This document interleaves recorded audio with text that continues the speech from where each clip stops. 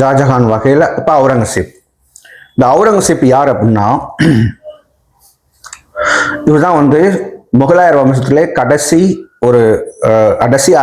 அரசன்கிற கேட்டகரியில, முக்கிய அரசன்கிற கேட்டகரியில வரக்கூடிய கடைசி அரசன் அவுரங்கசீப். இவருடைய ஆட்சி காலம் 1658 இருந்து 1707 வரைக்கும் வரும். இந்த 1657 இவர் அரியணைக்கு வந்துருவார். ஆனா 58 சொன்னா கூட 57 வந்துருவாரு. இவங்க அப்பாவை வீட்டுல வந்து சிறைய வச்சுட்டு, அதுக்கு ஒரு சின்ன ஒரு கட்டிடம் கட்டி அதை வந்து எதுக்கு ஆப்போசிட்டா வச்சு, தாஜ்மஹாலுக்கு ஆப்போசிட்ல அவங்க அப்பாவை வந்து ஒரு ரூம் மாதிரி கட்டி அங்க வந்து சிறை வச்சுறாரு. யாரு? ஷாஜஹான் இறக்குறது வந்து 1666 தான். பட் இவர் வந்து 1658 ஆட்சியை பிடிச்சிருவாரு. ரைட்டா? ஸோ இதான் கதை. ரைட்? ஸோ இப்போ நம்ம என்ன பார்க்க போறோம்? அவுரங்கசீப் யாரு, என்ன நடந்துச்சு, அவுரங்கசீப்பை அரண்மனையில வச்சு பார்ப்போம். அவுரங்கசீப் வந்து பேசிக்கா வந்து இஸ் டிசிப்ளின்டு பர்சன் சொல்லுவாங்கல்ல. டிசிப்ளின் எதுவும் கிடையாது. ஓகேவா? மனுஷன் வந்து பக்கா டிசிப்ளின் ஆளு. ஓகேவா? அந்த அந்த அவுரங்கசீப்புடைய பட்ட பெயர் வந்து ஆலம்கீர் அப்படின்னு அர்த்தம். ஆலம்கீர் அப்படின்னா உலகை வெல்பவர் அப்படின்னு அர்த்தம். என்ன அர்த்தம்? உலகை வெல்பவர் அப்படின்னு அர்த்தம். கல்யாணம் முடிச்சிருந்தா, இவர் வந்து மேரேஜ் பண்ணியிருந்தாலும், இவர் வந்து மன வாழ்க்கையில் ஈடுபட்டிருந்தாலும் கூட, இவர் வந்து ஒரு ஜிந்தா பீர் அப்படின்னு சொல்லுவாங்க. அதாவது ஜிந்தா பீர் அப்படின்னா ஒரு துறவு வாழ்க்கையை மேற்கொண்டார். ஓகேவா? ரொம்ப டிசிப்ளின்டா இருப்பாரு. கச்சானா வந்து ஒரு ரூபா காசு கூட எடுக்க மாட்டாருங்க. தன்னுடைய தன்னுடைய மதத்தை சார்ந்த நூலான குர்ஆனை வந்து அதை மொழிபெயர்ப்பு செய்து அதுல வரக்கூடிய காசை வச்சுதான் தன்னுடைய வாழ்க்கை, தன் சொந்த செலவுகளை பார்த்துக்கிட்டாராம். கஜானா வந்து ஒரு ரூபா கூட எடுக்க மாட்டாராம். நாட்டுக்கும் நாட்டு மக்களுக்கும் தேவையான இது ஆக வேண்டிய விஷயம், அதுல இருந்து நான் ஒரு ரூபா கூட எடுக்க மாட்டேன் அப்படிங்கிற அளவுக்கு நேர்த்தியான அரசன் நம்முடைய அவுரங்கசீப். அவுரங்கசீப் அப்படின்னாவே ஜிந்தாபீர் அப்படின்னா துறவு வாழ்க்கை. தெரியுமா? டிசிப்ளினுக்கு அவர் எவ்வளவு இம்பார்ட்டன்ட் கொடுத்திருந்தா, மூதாசீப்கள் அப்படின்னு சொல்ற அளவுக்கு, மூதாசீப் அப்படிங்கிற டிசிப்ளின்டு ஆபீசர்ஸ் டிசிப்ளினா இருக்காங்களா, படைகள் டிசிப்ளினா இருக்கா, நாட்டுல உள்ள மக்களை கரெக்டா வழி நடத்துறாங்களா, சட்டம் ஒழுங்கு சரியா இருக்கா, அதுல சரியான நீதி இருக்கா, அதை பார்க்கறதுக்கு ஒரு ஆபீசர்ஸ். அவங்களுக்கு பேரு மூதாசிப் அப்படின்னா ஒழுக்க நெறி அலுவலர்கள். மூதாசிப் பாருங்க, ஒழுக்கத்துக்கு எவ்வளவு முக்கியத்துவம் கொடுக்குறாருன்னு சொல்லிட்டு. ஆனா மனுஷன் இதெல்லாம் பண்ணாங்க கூட சில விஷயங்கள்ல இவருடைய இதெல்லாம் பாசிட்டிவ் பாயிண்ட்ஸ் ஆஃப் அவுரங்கசீப்.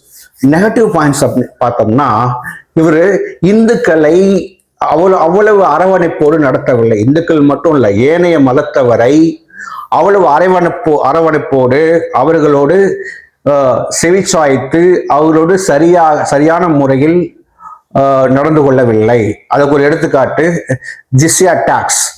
இந்துக்கள் மீது விதிக்கக்கூடிய இந்துக்கள் அதாவது முகமதியர் அல்லாத ஏனைய மதத்தவர் மீது இந்துக்கள் மீது விதிக்கக்கூடிய ஜிஸ்யா டாக்ஸ் அப்படிங்கிறத நம்ம அக்பர் வந்து தடை செஞ்சிருப்பாரு. ஆனா இப்ப நம்ம தலைவர் வந்திருக்காருல, யாரு? நம்முடைய இந்த அவுரங்கசீப் இருக்காரு. இந்த அவுரங்கசீப் இவர் ஜிஸ்யா டாக்ஸை திருப்பி நடைமுறைக்கு கொண்டாடுவார். அப்ப என்ன ஆகும்? ஆட்டோமேட்டிக்கா இந்துக்களுடைய எதிர்ப்பு அவர் கண்டிப்பா சந்திக்க வேண்டி வரும். Isn't it? ஓகேவா? அது மட்டும் இல்லாம நம்ம தரோகா தர்சன் சொல்லிட்டு ஒரு நிகழ்ச்சி, அது என்ன பண்ணுவாங்க அப்படின்னா, அந்த காலங்களில் நிறைய பொற்காசுகள் எல்லாம் என்ன சொல்லுவாங்கன்னா, மாளிகைகள் மாடப்பகுதின்ட்டு கீழே அள்ளி இறப்பாங்க. ஓகேவா? அது வந்து நம்ம எளிய மக்கள், நம்மளே மாதிரி எளிய மக்கள் என்ன பண்ணுவாங்க, அதை போய் பெருக்குவாங்க. காசு பெருக்குவாங்க இல்லையா? அடிச்சுட்டு அதை பெருக்கிறத பார்த்து ரசிப்பாங்க பணக்காரங்க. ரைட்டா? காசு அள்ளி அப்படியே கீழே போடுவாங்க. அப்படியே அடிச்சுட்டு நம்ம அடிச்சுட்டு போய் அப்படியே தள்ளு முள்ளி அந்த காசை எடுக்கிறத அந்த நம்ம படுற கஷ்டத்தை அவங்க பார்த்து ரசிப்பாங்க. அதுக்கு பேர் தரோகா தர்சன். பார்த்தீங்களா எவ்வளவு கீழ்த்தரமா மக்கள் நடந்திருக்காங்கன்னு? தரோகா தர்சன் சொல்லிட்டு ஒரு ஒரு இது வந்து நடைமுறையில் இருந்திருக்கு, ஒரு பழக்கம். திருவிழா கோலங்கள்ல தங்க காசுகள்ல பணக்காரர்கள், பெரிய வணிகர்கள், வசதி படைத்தவர்கள் என்ன பண்ணுவாங்கன்னா அது வெள்ளி காயின்கள், கோல்டு காயின்ஸ் தூக்கி போடுவாங்க. அது எளிமையான மக்கள் பெருக்குவாங்க. அதை பெருக்கிற நிகழ்ச்சியை அவங்க அடிச்சுட்டு பிடிச்சிட்டு பெருக்கிற அந்த இதை என்ன பண்ணுவாங்க, அவங்க ரசிப்பாங்க. அந்த அந்த நிகழ்ச்சிக்கு பேரே தரோகா தர்சன். அந்த தரம் கெட்ட அந்த தரோகா தர்சனை நம்மால் என்ன பண்ணிடுவாரு, நீக்கிடுவார். தரோகா தர்சன் இனிமேல் நடைமுறையில கிடையாது அப்படின்றார். ஓகேவா? ஓகே, இதெல்லாம் பாசிட்டிவான பக்கம். யாரு இந்த மாதிரி விஷயங்கள்லாம் பாசிட்டிவான ஆள் தான் நம்மால். யாரு? அவுரங்கசீப். அப்ப என்னென்ன பண்றாரு, மூதாசீப்பும் ஒழுக்க நெறி அளவுல நியமிக்கிறாரு. ஜிஸ்யா டாக்ஸை திரும்பியும் நடைமுறைக்கு கொண்டாடுறாரு. தரோகா தர்சன் என்ற ஒரு கேடுகட்ட நிகழ்ச்சியை அந்த அந்த இது அந்த பழக்கத்தை என்ன பண்றாரு, முழுவதுமா ஒழிக்கிறாரு. ஓகேவா? இவர் வாழ்க்கையை மொத்தம் 2 வகை முடிச்சிடலாம்ப்பா. 50 வருஷம் ஆண்டாரு. 50 வருஷம் வட இந்தியா, 50 வருஷம் தென்னிந்தியா. 50 வருஷம் வட இந்தியாவில் ஒரு 4 பேர் சேட்டை பண்ணுவாங்க. அந்த சேட்டை பண்ணக்கூடிய ஆள் யாரு அப்படின்னா ஜாட் கிளர்ச்சி அப்படின்னு ஒரு கிளர்ச்சி நடக்கும். சாட் கிளர்ச்சி குஜராத்ல மதுரா கிளர்ச்சி, அது மாதிரி சத்னாமியர் கிளர்ச்சி ஹரியானாவில், சீக்கியர் கிளர்ச்சி பஞ்சாப்ல. இந்த 4 கிளர்ச்சியும் பயங்கரமா என்ன பண்ணுவார் அப்படின்னா நல்ல நிர்வாக திறமையோட அதை அடக்கி ஒடுக்குவார். சாட் கிளர்ச்சி, சத்னாமியர் கிளர்ச்சி, சீக்கியர் கிளர்ச்சி. ஓகேவா? அந்த கிளர்ச்சியில அவர் ஒடுக்குவார். ஓகேவா? ஒடுக்கி அதை சரி பண்ணுவார். ஓகேவா? அப்புறமா தலைவர் எங்க வராரு அப்படின்னா இப்ப தென்பகுதிக்கு வராரு. ஓகேவா? ஓகே, தென்பகுதிக்கு வராரு. ஓகே, அப்புறம் இப்ப தாராசூக்கு இருந்தார் இல்லையா, தன்னுடைய அந்த பட்டத்து இளவரசன் நம்ம சொன்னோம் இல்லையா, அவரை நீங்க தான் தூண்டி விட்டீங்க. எதுக்கு? அது அவனுக்கு ஆரம்பத்துல இருந்தே நீ தான் அரசன் ஆகணும், நீ தான் பட்டத்து இளவரசன், அந்த மாதிரிலாம் சொல்லி நீங்க தான் பண்ணேன்னு சொல்லி ஒரு குற்றத்தை சீக்கியர் 9வது குருவான தேஜ் பகதூரை என்ன பண்றாரு அப்படின்னா தூக்கில போட்டுவாப்ல. யாருப்பா? அவுரங்கசீப். ஓகேவா? தேஜ் பகதூர் 9வது சீக்கிய குரு தேஜ் பகதூரை தூக்கிலிட்டவன் தான் அவுரங்கசீப். ஏன்? தன்னுடைய அண்ணன், மூத்த அண்ணன் யார, தாராசூக்கோவை நீ தான் பட்டத்து இளவரசன், நீ தான் அரசனாகும், நீங்க தூண்டி விட்டீங்க அப்படிங்கிற காரணத்தை கையில வச்சுக்கிட்டு அந்த காரணத்தை வச்சு அவரை என்ன பண்றாங்க, தூக்கில போட்டுறாங்க. யார தூக்கில போட்டுறாங்க? தேஜ் பகதூர். அவர் யார்? 9வது சீக்கிய குரு. நல்லா புரிச்சுக்க. அடிக்கடி கேட்பாங்க. இன்னொரு பார்த்தோம், ஜஹாங்கீர் தூக்கில போடுவார். யாரு? 5வது சீக்கிய குரு அர்ஜுன் சிங். இவரு யாரு? அவுரங்கசீப் தூக்கில போடுறது 9வது சீக்கிய குரு தேஜ் பகதூர். ஓகேவா? அப்படிங்கிறத மனசுல வச்சுக்கோங்க. ஓகேவா? ஜிஸ்யா வரியை மீண்டியா வீழ்ச்சின்னு சொல்லிட்டு ராஜா சிங் சண்டைக்கு வருவாரு, அதை ஒடுக்கிடுவாரு. அதுக்கடுத்து நம்ம இந்த மாதிரி இந்த கிளர்ச்சியெல்லாம் வரும்னு சொல்லிட்டு அக்பர், அவருடைய பையன் அக்பர்னு ஒருத்தர் இருப்பார், அவரை அனுப்பிவிட்டோம்னா அவர் போய் நம்மால் ராஜபுத்திரோட சேர்ந்துக்குவார். ஓகேவா? நம்மால் அக்பர் கிளர்ச்சி நடக்க சொல்லி கிளர்ச்சி போயிட்டு வாடா அப்படின்னா அவர் போய் அவங்களோட சேர்ந்துக்குவார் அக்பர். ஓகேவா? ஸோ அப்புறம் இவர் தான் ஒடுக்குவார். ரைட்டா? அது மாதிரி தக்கான பகுதி இவருக்கு ரொம்ப பிடிச்ச பகுதி. ஏன்னா முத இவங்க அப்பா யாரு, ஷாஜகான் தக்காணத்துக்கு தான் இவர் ஆளுநர் நினைப்பார்ல. அப்ப தக்காணம் என்பது இவருக்கு ரொம்ப பிடிச்ச பகுதி. ஏன்னா அவர் வாழ்ந்த பகுதி, அவர் அரசாட்சி, அவர் ஒரு ஆளுநராக இருந்து ஆண்ட பகுதி என்பதால் தக்காணம் மிகவும் பிடித்த பகுதி. என்ன பெரிய பிரச்சனைனா இந்த தக்காணம் தான் பின்னாடி அவருக்கு பிரச்சனையாவே அமையும். யாருக்கு? அவுரங்கசீப்புக்கு. ஓகேவா? ஓகே, என்ன பண்றாரு தக்கான பகுதியில் அப்படின்னா முக்கியமான ஒரு பகுதி அகமது நகர் அடில்சாவை தோக்கடிக்கிறாரு. அடில்சாவை தோக்கடிக்கும் போது அவருக்கு ஒண்ணு கிடைக்குது.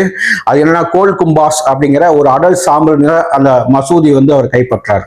இந்த அடல் சாம்பல் நிற மசூதியோட உயரம் பயங்கரமான பெரிய ஒரு மசூதி. அந்த மசூதியோட உயரம் உலகத்திலேயே 2வது பெரிய அந்த ஹைட் உயரத்தை உடைய அந்த மசூதி அவருக்கு கிடைக்குது அப்படிங்கிறத நம்ம இந்த இதுல பாக்குறோம். தென்னிந்திய பகுதியில் அவர் மேற்கொண்ட படையெடுப்பு அடில்சா மன்னன் அகமது நகர் அடில்சா. யாவச்சுங்க, அகமது நகர் அடில்சாவை தோற்கடித்து கோல் கும்பாஸ் அடர் சாம்பல் நிற மசூதியை யாரு கைப்பற்றினார்? யார்? அவுரங்கசீப். ஓகேவா. அடுத்து அவுரங்கசீப்புக்கு ஒரு பெரிய தலைவலியா இருந்தது யாரு அப்படின்னா, இந்த தக்கான பகுதியில நம்ம சிவாஜி. நம்ம அடுத்து பார்க்க இருக்கோம் மராத்தியர்கள்ல சத்ரபதி சிவாஜியை பார்க்க இருக்கோம். பயங்கர ஒரு இவன் என்னடா பண்றது அப்படின்னு சொல்லிட்டு சொல்ற மாதிரி இருப்பார். ஓகேவா. தக்கான பகுதியில பயங்கர சட்டை பண்ணிட்டு இருப்பாப்புல யாரு, சிவாஜி. சிவாஜி ஒரு பெரிய தொல்லையா இருப்பாப்புல யாருக்கு, அவுரங்கசீப்புக்கு. அந்த வகையில் என்ன நடக்குது அப்படின்னா, சிவாஜி ஃபர்ஸ்ட் தன்னுடைய படைத்தலைவர் ஜெய்ஸ்டகான் அனுப்பிடுவார். ஜெய்ஸ்டகான் வந்து என்ன பண்ணுவார் அப்படின்னா, நம்மால் மறைந்திருந்து தாக்குதல்ல சிவாஜி பயங்கரமான ஆளு. ஓகேவா. மறைந்திருந்து கொரில்லா போர் முறை அப்படிங்கிற போர் முறையை வந்து அவங்க வந்து பயன்படுத்துவாங்க மராத்தியர்கள் வந்து பேசிக்கா வந்து தேர் ஆல் ஆரம்ப கட்டத்தில் அவங்க விவசாயிகளாக தான் இருந்திருக்காங்க. ஓகேவா. இந்த மாலிக் ஆம்பன் ஒரு இடையில வந்தா தெரியுமா, ஒரு வேடம் நான் சொன்னது நேற்று ஒரு கேரக்டர் வந்துச்சுன்னு சொன்னேன்ல, மாலிக் ஆம்பர். அவன் என்ன பண்ணிடுவான்னா, அங்க உள்ள சோல்ஜர்ஸ்க்கு, அங்க உள்ள அந்த விவசாயிகளுக்கு என்ன பண்ணுவான்னா, நல்ல போர் வித்தைகளை, போர்க்கலைகளை நல்ல தேர்வும் பண்ண சொல்லி கொடுத்துருவான். ஓகேவா. அப்ப அவங்க அந்த விவசாயிகள் என்ன மாறுறாங்க, பெரிய வீரம் படைத்த படைத்தலைவர்களா, விவேகம் தெரிந்த படை வீரர்களா மாறுறாங்க. அவர்களின் பேர் இன்னொரு பேரே இருக்கு, மௌலிபுட் சோல்ஜர்ஸ் அப்படின்னு. ஓகேவா. எப்படி சோழர்கள சொல்றோம், நம்முடைய கைகோள பெரும்படை துணை நிற்கும் அப்படின்னு சொல்றாருல பொன்னியின் செல்வம் படத்துல. ஓகே. அது மாதிரி இவங்க இதுல யாரு, இவங்க இந்த மராத்தியர்ல மௌலிபுட் சோல்ஜர்ஸ். அவங்க ஒரு ஆள் இஸ் ஈக்குவல் டு 4. ஒரே சமயத்தில் 4 பேர்த்த அட்டாக் பண்ணி கீழே சாப்பாங்க. அந்த மாதிரி அவ்வளவு திறம் படைத்த சோல்ஜர்ஸ் யார் வச்சிருந்தா, சிவாஜி வச்சிருந்தாரு, மௌலிபுட் சோல்ஜர்ஸ். அப்ப அந்த வகையில ஜெய்ஸ்டகான் அனுப்புறாரு. ஜெய்ஸ்டகான புலிங்கத்தை வச்சு கிழிச்சு கொன்றுவாரு சிவாஜி. சரி, ஜெய்ஸ்டகான் அனுப்பியாச்சு, அவன் இறந்துட்டான், வெற்று, டாபிக் ஓவர். அடுத்து தந்திரமா ஒருத்தர் அனுப்புவார். யாரு அவர் அடுத்து அனுப்பக்கூடிய ஆள் யாருன்னா, ஒரு ராஜபுத்திர ஒரு அரசன் அனுப்புவார். அவர் கொஞ்சம் டிப்ளமேட்டிக்கா டீல் பண்ணுவார் யார, சிவாஜிய. அவர் பேர் என்ன அப்படின்னா ராஜா ஜெய்சிங் அனுப்புவார். ராஜா ஜெய்சிங் வந்து 1,00,000 படைகளோட போய் அவர் சூழ்ந்துறார். ஓகேவா. புரியுதா. இப்ப 1,00,000 படைகளோட ஃபுல்லா சூழ்ந்துறாரு.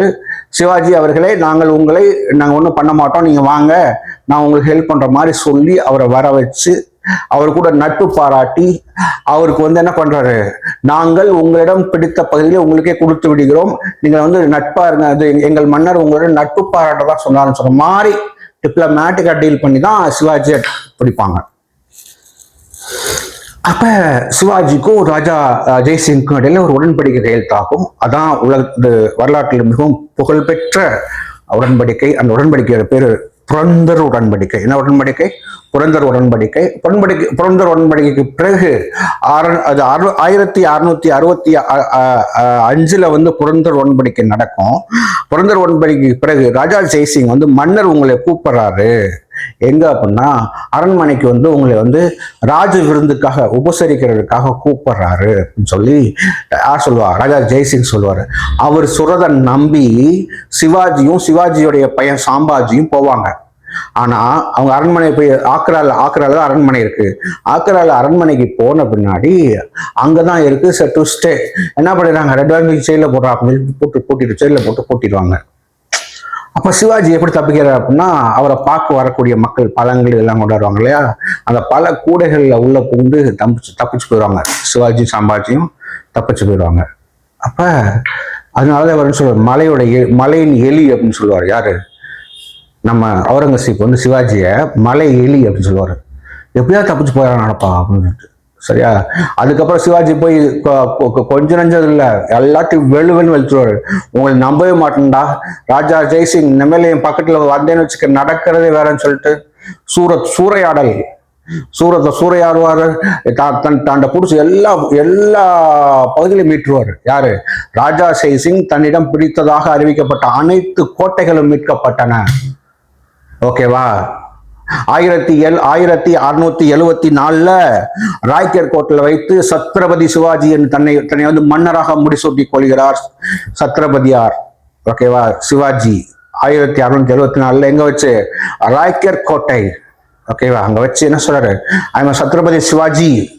இதுவரைக்கும் சிவாஜி தான் நீ பார்த்திருப்ப, இப்ப நான் சத்ரபதி சிவாஜி அப்படின்னா அரசனுக்கெல்லாம் ஒரு அரசன், அரசன் அப்படிங்கிற அந்த முடிசூடும் நிகழ்ச்சியை எங்க வச்சு நிகழ்த்துறாரு? ராய்கர் கோட்டையில வச்சு நிகழ்த்துறாரு. அது எந்த ஆண்டுல அப்படின்னா 1674. அதுக்கடுத்து என்ன நடக்குது அப்படின்னா 1680 வாக்குல வந்து ஒரு தென்னிந்திய படையெடுப்பு முடிச்சுட்டு வந்த சிவாஜி 1680 மரணத்தை தழுவுறாரு. சாம்பாஜி என்ன பண்ணிடுறாங்கன்னா அது உடலை சிதைச்சு ஆத்துல போட்டுருவாங்க. ஸோ இந்த மாதிரி இவங்க சிவாஜியையும் சாம்பாஜி இப்படித்தான் அவங்க வந்து கொள்ளுவாங்க. யாரு? நம்முடைய அவுரங்கசீப்போட கோஷ்டி, ரைட்? இப்போ அவுரங்கசீப்புக்கு என்னன்னா, அவுரங்கசீப்பை பொறுத்த வரைக்கும் தக்காணத்துல ஏற்பட்ட பல போர்களை சந்திக்கிறதுக்கு கஜானாவே காலி ஆயிடுச்சுன்னு சொல்லுவாங்க. என்டையர் கஜானாவை என்னது? காலி. ஏன்? சுத்தி அந்த தக்கான போய் சுத்தி போர், அடிக்கடி போர்னு சொல்லிட்டு. அப்ப ஒரு கட்டத்துல பார்த்தா கஜானாவே காலி. அப்ப தக்காணம் அப்படிங்கிற அந்த பகுதி ஒரு பெரிய புற்றுநோயாக அவரை வருத்தியது அப்படின்னு சொல்ற அளவுக்கு அந்த நிகழ்வு நடக்கும். ஏன்? என்டையர் கஜானாவே காலி அரசரே, ஓகேவா? அப்ப படைகளை வச்சு சண்டை போடணும்னா காசு வேணும்ல, அதுல இருந்து கஜானால இருந்து காசு தானே ஃபைட் பண்ண முடியும். அப்ப கஜானாவே காலி ஆகிற அளவுக்கு இந்த தக்காணம் அவருக்கு தக்கான பகுதியை அந்த சூழ்நிலையை உருவாக்கி விட்டுரும் அவருக்கு. ஏன்? இங்கிட்டு பார்த்தா சிவாஜி, இங்கிட்டு பார்த்தா ராஜபுத்திரர்கள், இங்கிட்டு பார்த்தா இதர மன்னர்கள். அப்படி ஒரு தக்கான பகுதி வந்து அவருக்கு ஒரு பெரிய ஒரு கேன்சரா அவர் வந்து ரொம்ப அவரை வந்து உருக்கிருச்சு. அவருடைய பொருளாதாரத்தை சீர்குலைய வச்சிருச்சு. அவர் பொருளாதாரத்தை ஆட்டம் காண வச்சிருச்சு. அப்ப தக்கான புற்றுநோயாவே அது அவருக்கு மாறிடுச்சு. யாருக்கு? அவுரங்கசீப்புக்கு அப்படின்னு சொல்றாங்க, ரைட்? இதுதான் வந்து அவுரங்கசீப்பை பற்றி நம்ம படிக்க வேண்டிய விஷயம். அடுத்த நிகழ்ச்சியில ஏனைய பிற்கால முகலாயர்கள், அதை தொடர்ந்து இவருடைய கட்டிடக்கலை, சிற்பக்கலை, ஓவியம் இதெல்லாம் பார்த்து முடிச்சுட்டு இந்த பாடத்தை நிறைவு கொண்டாடுவோம். இத்துடன் இந்த நிகழ்ச்சி நான் முடித்துக் கொள்கிறேன். மீண்டும் உங்களை சந்திக்கும் வரை உங்களிடம் இருந்து விடைபெறுவது உங்கள் சாமிநாதன். நன்றி, வணக்கம்.